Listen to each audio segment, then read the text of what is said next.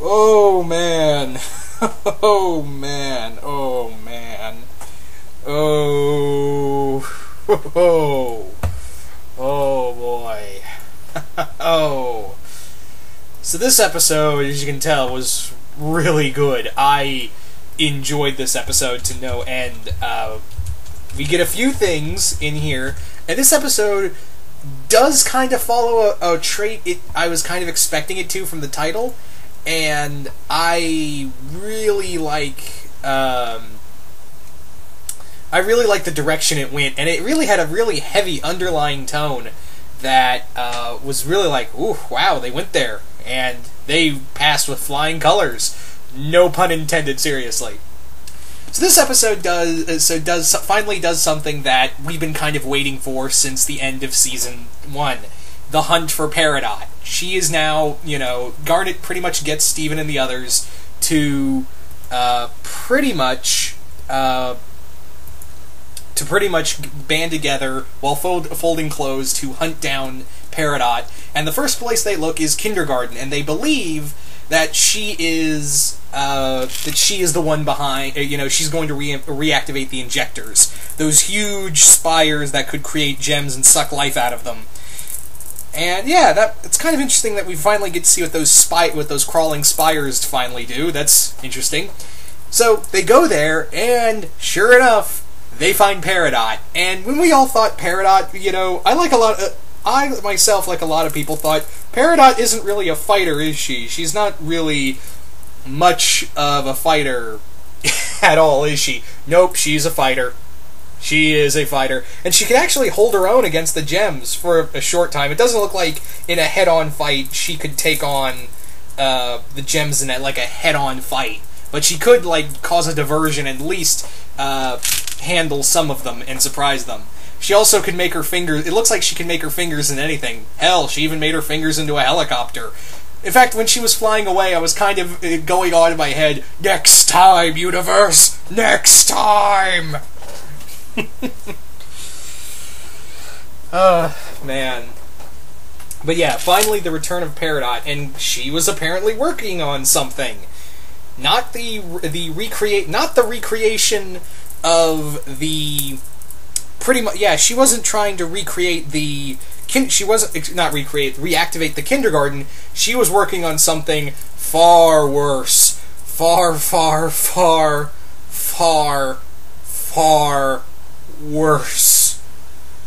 So, while Pearl and Amethyst run off to find Peridot, to chase her down, Garnet and Steven head down into the lab itself to try to find out what Peridot's experiment was.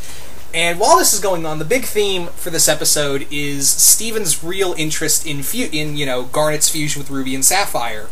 And they both, and she pretty much tells him, I'm the sum of the best parts of Ruby and Sapphire. And I really like that. I really like how they're taking this fusion, and this really delves into a lot of interesting conversations, which I'll get into. So they go down there, and they find body parts of all these fused together body parts, and that's when Steven and Garnet make this horrific discovery that shattered gems, the ones that were killed off during the war, as in these were comrades of Pearl, Garnet, and Amethyst, and Rose. Those dead gems were resurrected and put together as apparently experiments for Peridot's leisure. Yeah, this is Shockwave level. This is like something Shockwave would do.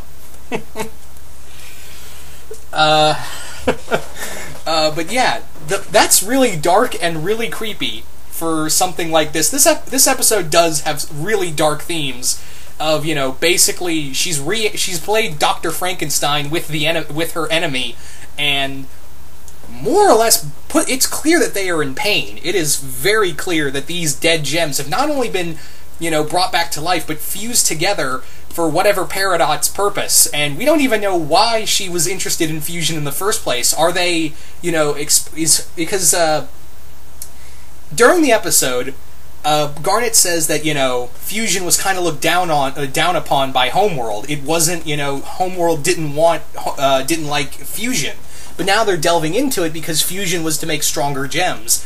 So is Peridot checking on that? Is Peridot experimenting on the, Homeworld? Is Homeworld looking into Fusion now? Are they...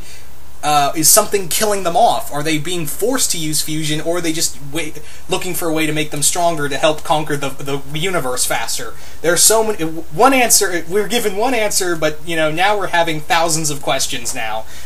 Typical of this show. Yeah. And clearly, the look on Garnet's face... Oh my god, the look on Garnet's face. That is a look of pure horror when she sees what they do. In fact, one of the several of the gems are fused together and put into, something that crawled out of Akira. No, really. If it doesn't remind you of those final scenes from Akira with Tetsuo, yeah. I can't be the only one thinking that. Manos, I know if you're watching this, I know you're probably thinking that too. Yeah. So, with also this episode, like I said, this really delves into Ruby and Sapphire's relationship. And Garnet, Garnet, for a moment, defuses out of horror. She is clearly terrified of what she saw. And the worst part is, she has future vision. So she knew she was going to find that. She knew that there was going to be a possible future with her future vision where she was going to find that. So I can only imagine how more traumatic that is to her now. So, yeah, this is something very big here. But the big thing is that, like I said, it looked like before Homeworld didn't look too kindly on Fusion, and now they're really delving into it. And there's actually it looks like there's a conversation between Ruby and Sapphire, and I like it because props to Estelle, by the way, Garnet's voice actress, for making her voice different to differentiate between Ruby and Sapphire. And they're clearly like, this is what happened to the rebellion. This, Homeworld's just punishing everyone who was part of Rose's group. And Sapphire's like, well, look, we didn't know this was going to happen. And yeah, it's painful. So yeah, it clearly hurts Garnet the most, because Garnet says, fusion was our choice. Fusion is kind of like marriage, apparently, what's the word I'm looking for? Same-sex relationship. And again, it's kind of...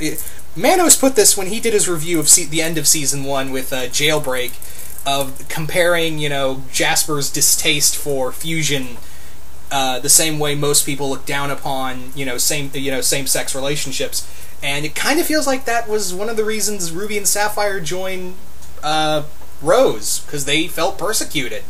So that may very well be the cause of why Ruby and Sapphire wanted to stay Garnet and joined forces with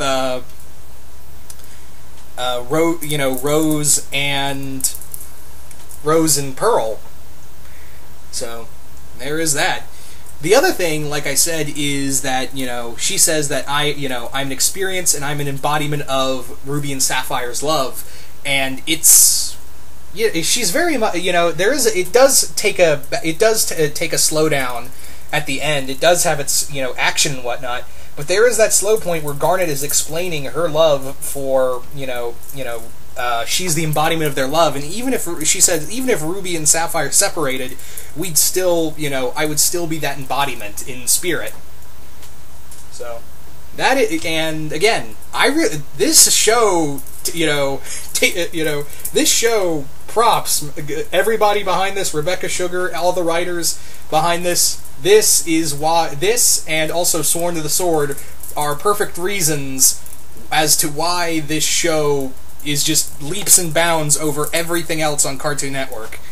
Not to say it's bad, shows like Uncle Grandpa and, Amazing World of Gumball are bad. They have their moments, but none of them go this deep. None of them go balls deep into emotion and, delving into these kind of subjects and dealing it in a way that something like you would see in something like Bruce Timm's, the 90s Batman cartoon or the Superman cartoon would delve into.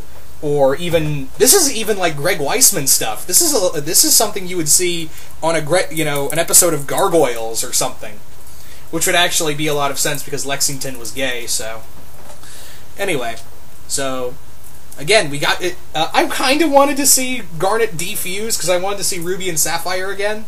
I really wanted to see, I really, really, really wanted to see Ruby and Sapphire once more, but at the same time I'm like, it makes a lot more sense if they, if